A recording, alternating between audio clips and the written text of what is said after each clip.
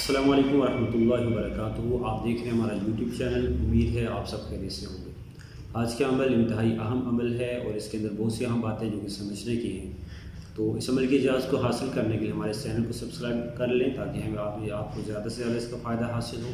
اور اس عمل کو کسی بھی وقت کیا جا سکتا ہے، کسی بھی جگہ میں کیا جا سکتا ہے۔ باوضو کرنے کی کوشش کریں تو زیادہ فائدہ ہوگا۔ اور اہم جو چیز ہے وہ نماز کی پابندی ہے۔ جو خواتین ایام مخصوصہ کی وجہ سے باوضو نہیں رہ سکتی، وہ اذان کے بعد اس عمل کو کر سکتی ہیں۔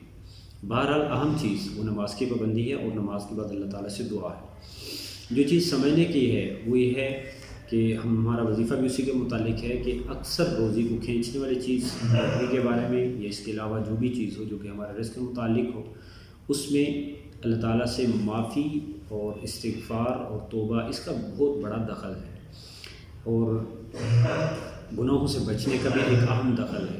قرآن کریم کی ایک آیت کے اندر اس کو واضح کیا جاتا ہے کہ جو اللہ تعالیٰ سے ڈرتا رہتا ہے، اللہ تعالیٰ اس کو رزق عطا فرماتے ہیں، اللہ تعالیٰ اس کو رزق عطا فرماتے ہیں، اور اللہ تعالیٰ اس کے لیے تنگی دور فرماتے ہیں۔ اور انسان کا وہم و گمان بھی نہیں ہوتا، اللہ تعالیٰ اس کو ایسی جگہ سے رزق عطا فرماتے ہیں۔ تو بہرحال یا غفار یا اللہ اس کا جو عمل ہے، اور اس کا معنی بھی یہ ہے، غفار کا معنی بھی یہ ہے کہ بہت زیادہ معاف کرنے والا۔ تو اللہ تعالیٰ سے بخشش اور معافی بھی مانگی جائے، گناہوں پہ توبہ اور استغفار بھی کیا جائے، اور اس عمل کو بھی کیا جائے۔ اول و آخر درود پاک، اور اس کے بعد یہ عمل، اور اس کے بعد اللہ تعالیٰ سے دعا کی جائے۔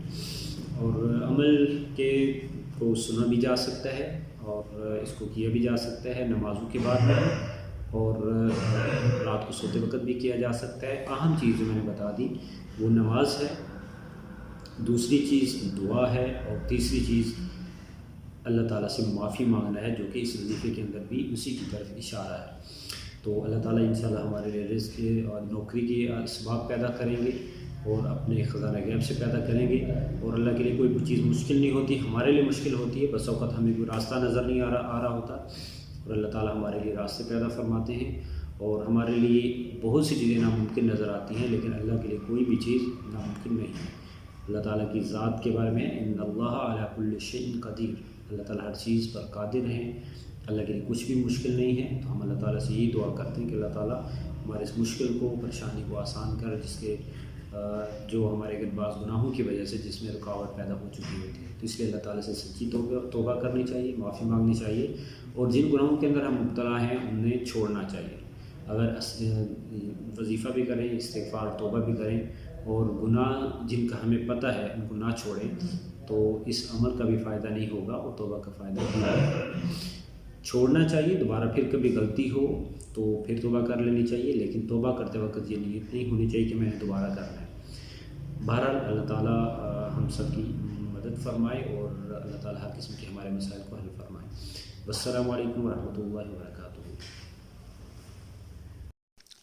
اعوذ باللہ من الشیطان الرجیم۔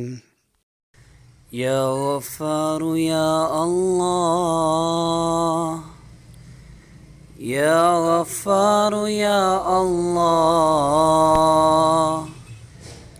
یا غفار یا اللہ، یا غفار یا اللہ، یا غفار یا اللہ، یا غفار یا اللہ، یا غفار یا اللہ، یا غفار یا اللہ، یا غفار یا اللہ، یا غفار یا اللہ، یا غفار یا اللہ، یا غفار یا اللہ، یا غفار یا اللہ، یا غفار یا اللہ، یا غفار یا اللہ، یا